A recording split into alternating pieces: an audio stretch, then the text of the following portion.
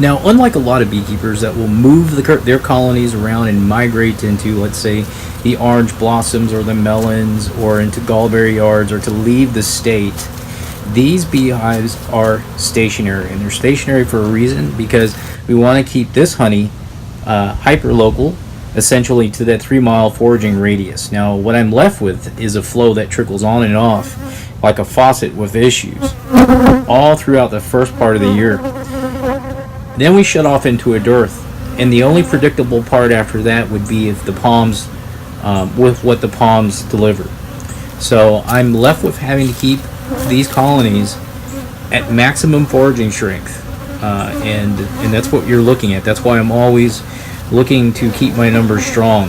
Really big cells, but this is freestanding, and this is all comb honey. So that's what they would draw with the guide, and this is what they do when they don't have a guide. This particular group of bees, they're still filling in. So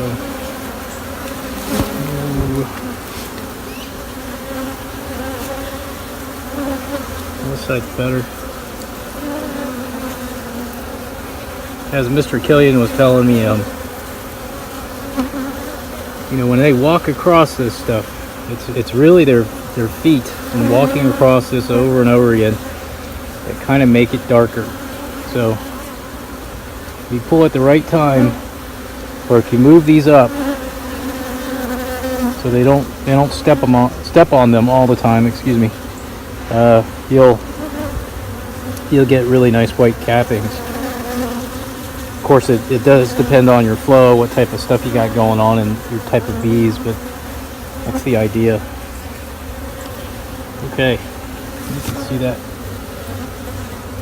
The sun peering through the other side.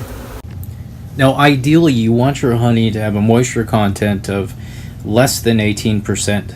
I have a refractometer and actually measure the moisture content of honey that I extract, or that I, in this case, will have as comb honey. And I prefer my moisture content to be around 16%.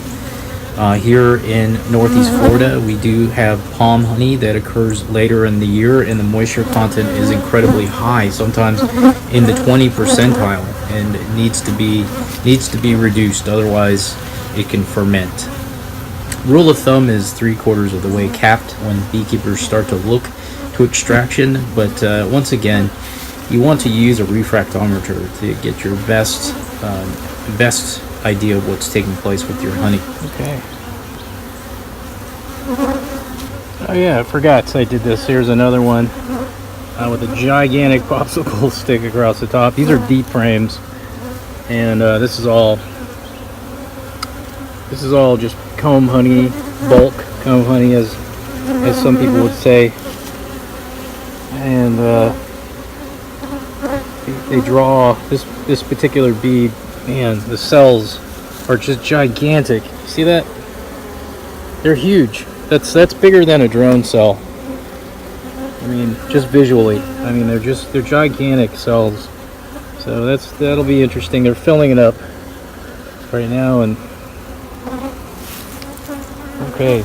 Breeding queens has become a very important part of the sustainable practice of beekeeping for me, and I initially started off seriously with the gentleman that's local here that kept bees for 10 years without treating, and those were very strong bees. And since then, I've incorporated all of the hygienic queens, from VSH to Harbo, to even some commercial stock from Kona and Carpenter and Mite Mahler.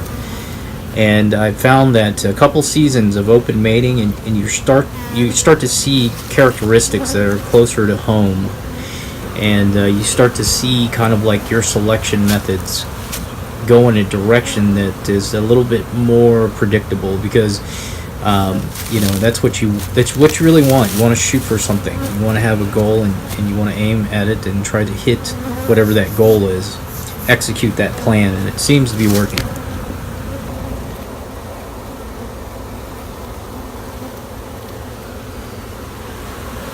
She is absolutely killing it, and yeah, this is a queen from last year.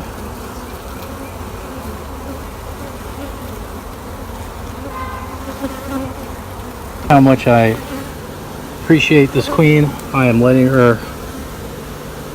hatch out all of these drones.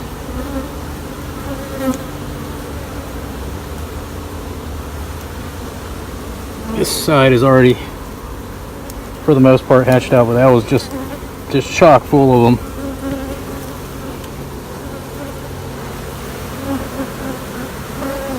Really good queen. This is her second year. Okay. I'm actually a Marriott chef of 11 years and master beekeeper, and built this apiary here about 4 years ago, right here at a Marriott property. And they went through the process of creating the title of beekeeper. So I'm actually the first in the corporation to have that title. This apiary has approximately 40 colonies up or down throughout the year, and they all come from originally from hygienic stock that I've sustainably